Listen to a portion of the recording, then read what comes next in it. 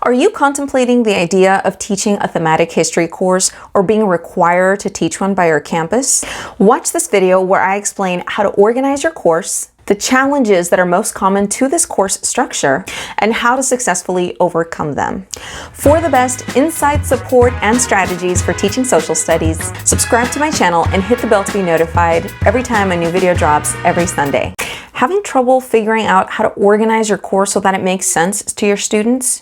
By the end of this video, you will learn how to organize your thematic history course, understand some key points to consider before proposing to teach a thematic history course, as well as some solutions for some of the most common challenges for teaching thematic history courses. If you're new to this channel, hi, I'm Cecilia Dames, and I have been an educator for over a decade. And for the past 5 years, I've helped fellow history teachers by offering support, resource, and solutions to help them be effective educators and avoid teacher burnout. If you are a new history teacher that could benefit from the support and insight of a helpful and nurturing teacher community, I invite you to join my free Facebook group, the History Teachers Lounge, by clicking the link below. If you're looking for more personalized support, make sure to visit Teach Like an Influencer at the link below to see all the resources and solutions that I offer dedicated history teachers like you. Now, before you put a plan in action to teach a thematic history course, I have to advise you that more often than not, you do need to get buy-in from your school district or your campus in order to teach a history course this way.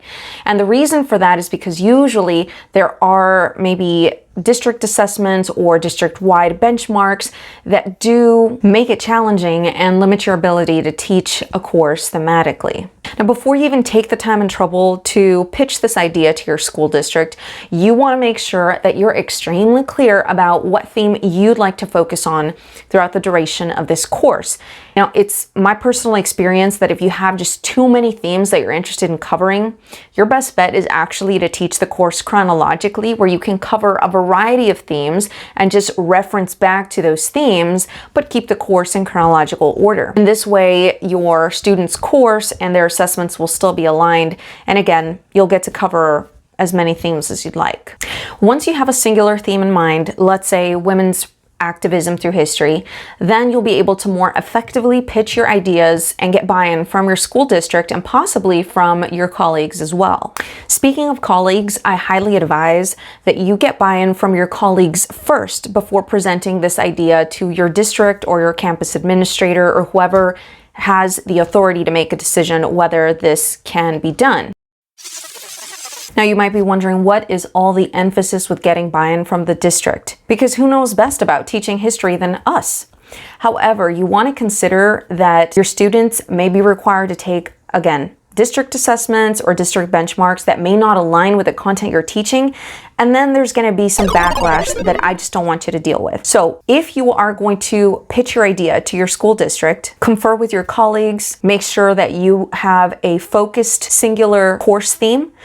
And if possible, and especially if you're getting pushback from your school district or colleagues, you might consider teaching thematically, but in chronological order with only a brief reference to other historical events. So for teaching women's activism, you would start at the start of the timeline or a specific year, let's say 1607, and teach all the historical events dealing with women's activism all the way to, 1877. Now, more often than not, your district and your colleagues will probably challenge your idea of teaching thematically by asking you how you plan to create context, historical context for your students to understand what's going on, as well as creating historical continuity. How are they going to understand cause and effects of historical events? Which is exactly what we are going to address in this next segment of the video.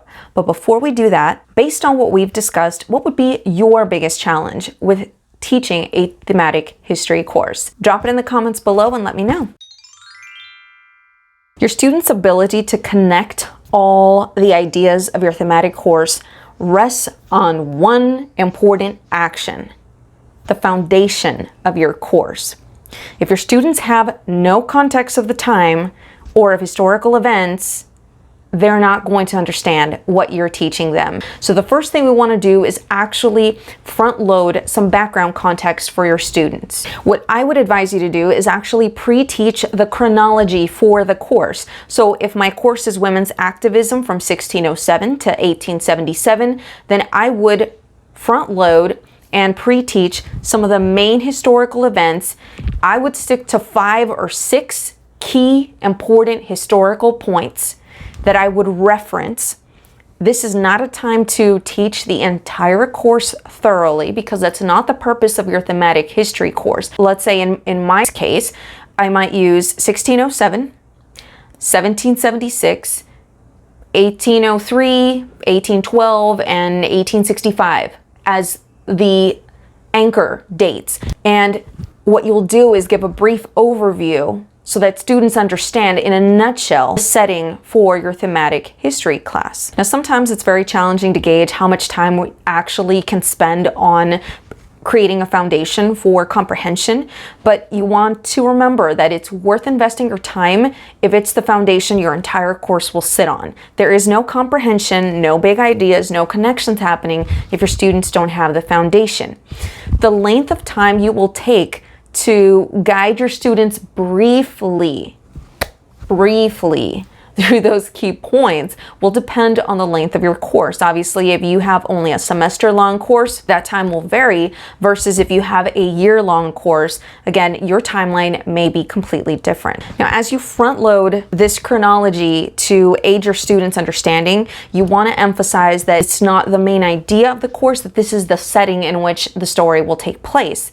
And the way to get that message across to your class is to resist the urge to teach all the historical events in depth during this segment of your course. The idea here is to create the most basic possible narrative, explaining and giving an overview of the causes and effects for those 5 or 6 anchor dates that you've selected. Another way to create context for your students is to use either your physical or your virtual environment to provide scaffolding visuals or content-rich material that'll help your students make sense and quickly grasp what has happened in the span of that designated time frame that you'll be studying. So whether you're in a physical classroom or in a virtual classroom, you want to make sure that you include visual cues. Make sure you reference back to points of reference. If you're in a physical setting, consider content-rich word walls that you can reposition as web clusters as well as chronologically. If you're in a virtual setting, resources like Padlet allow you to create visual web maps and organizers that you can rearrange and shift as the course progresses. Whether virtual or in person, I would also highly advise that you provide scaffold materials such as notes or some sort of guide, review material, study guides to assist them as they piece the theme together, as they put all the pieces together.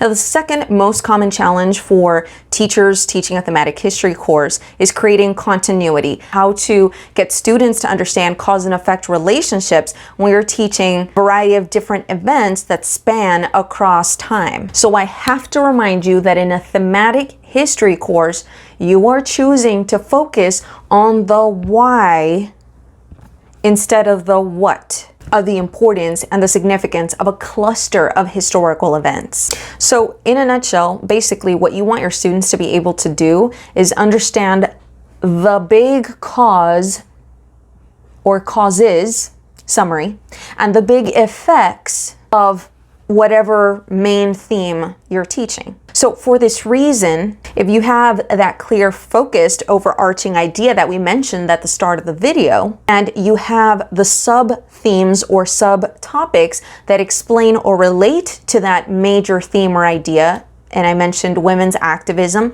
So let's say we talk about things like, the feminist movement and, women in war and whatever.